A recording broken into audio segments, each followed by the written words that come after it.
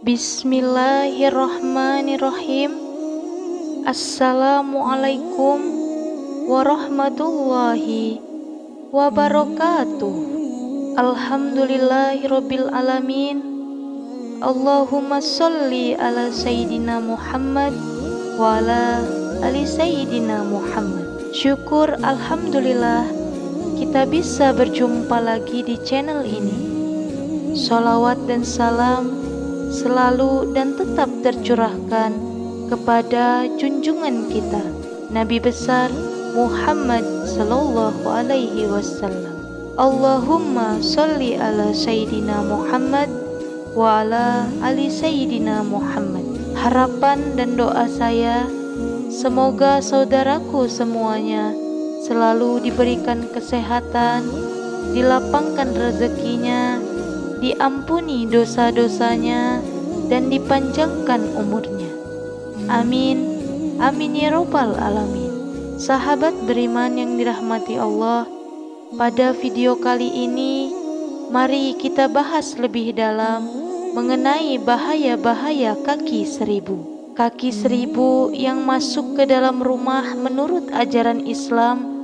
Pertama-tama kita akan melihat pandangan Islam terhadap kaki seribu sebagai perantara santet tingkat tinggi. Apakah hal ini hanya mitos atau memang ada dasarnya di dalam keyakinan kita? Kemudian kita akan membahas dampak psikologis dari kehadiran kaki seribu seperti mimpi buruk dan sulit tidur. Lalu bagaimana hal ini dapat mempengaruhi kesejahteraan kita dalam kehidupan sehari-hari?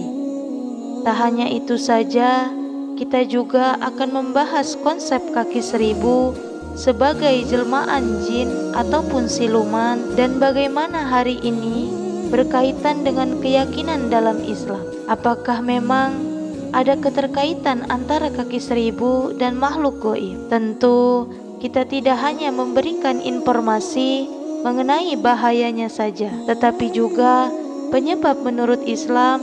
Apakah ada hubungan antara cara kita menyimpan makanan, kondisi rumah yang lembab, atau bahkan dedaunan berserakan dengan masuknya kaki seribu?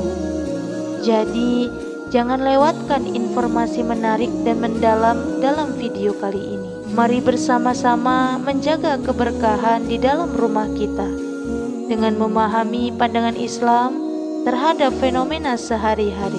Sahabat cahaya surga yang dirahmati Allah, kira-kira apa yang menyebabkan kaki seribu masuk ke dalam rumah menurut Islam? Apakah menjadi pertanda sesuatu yang berbahaya? Kaki seribu merupakan salah satu hewan yang kerap ditemukan di halaman rumah.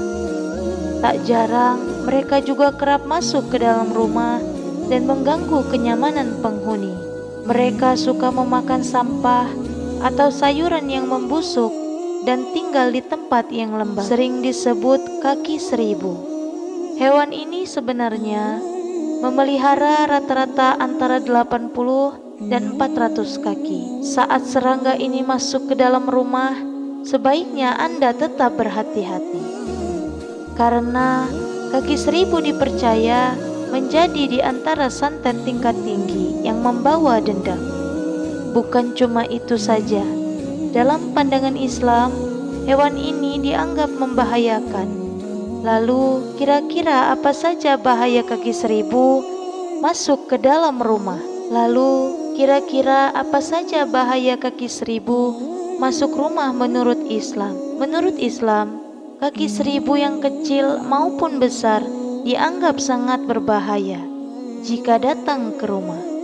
Dengan demikian, membunuh kaki seribu ternyata diperbolehkan dalam Islam.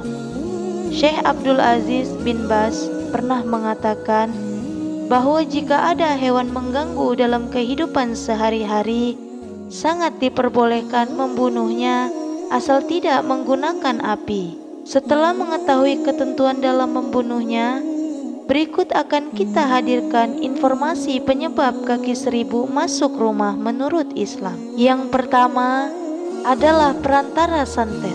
Menurut Islam, kaki seribu yang masuk rumah bisa dianggap sebagai tunggangan atau perantara santet tingkat tinggi.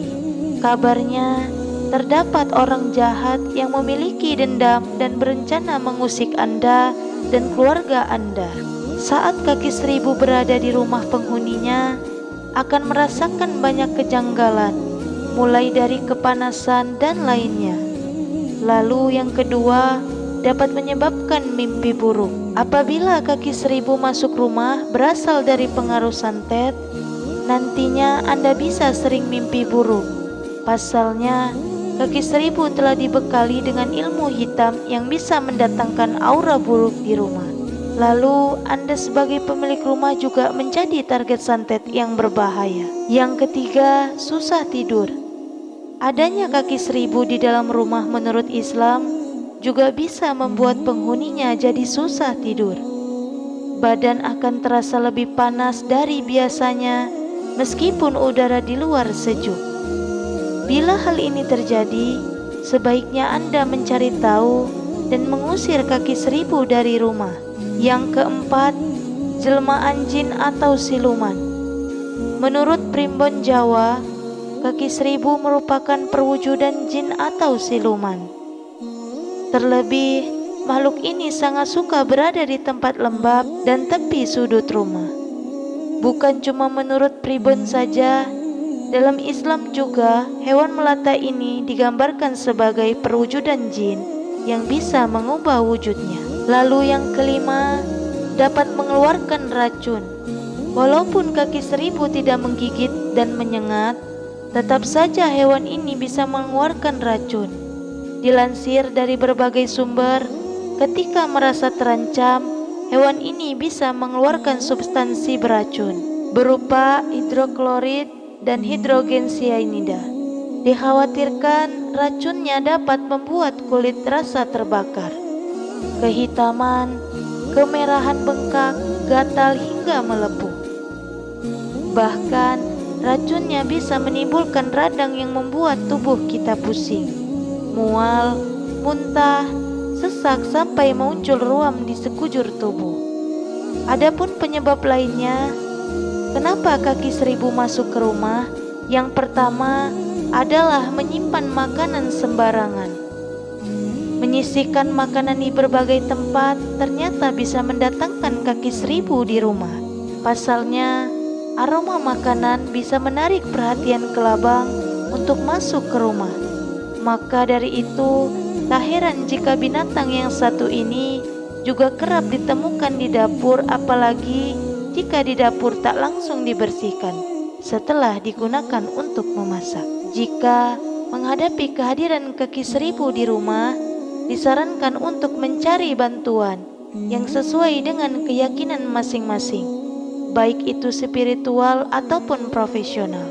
Semoga kita dapat mengambil hikmah dari setiap pengalaman dan menjadikannya sebagai pembelajaran kalau bertemu hewan kaki seribu di rumah, sehingga kita tahu pertandanya. Sahabat beriman, itulah tentang pertanda hewan kaki seribu masuk rumah menurut Islam. Wallahu alam bisawab. Demikian yang bisa saya bagikan. Semoga bermanfaat untuk kita semua. Amin amin ya robbal alamin. Akhirul kalam. Wassalamualaikum warahmatullahi wabarakatuh.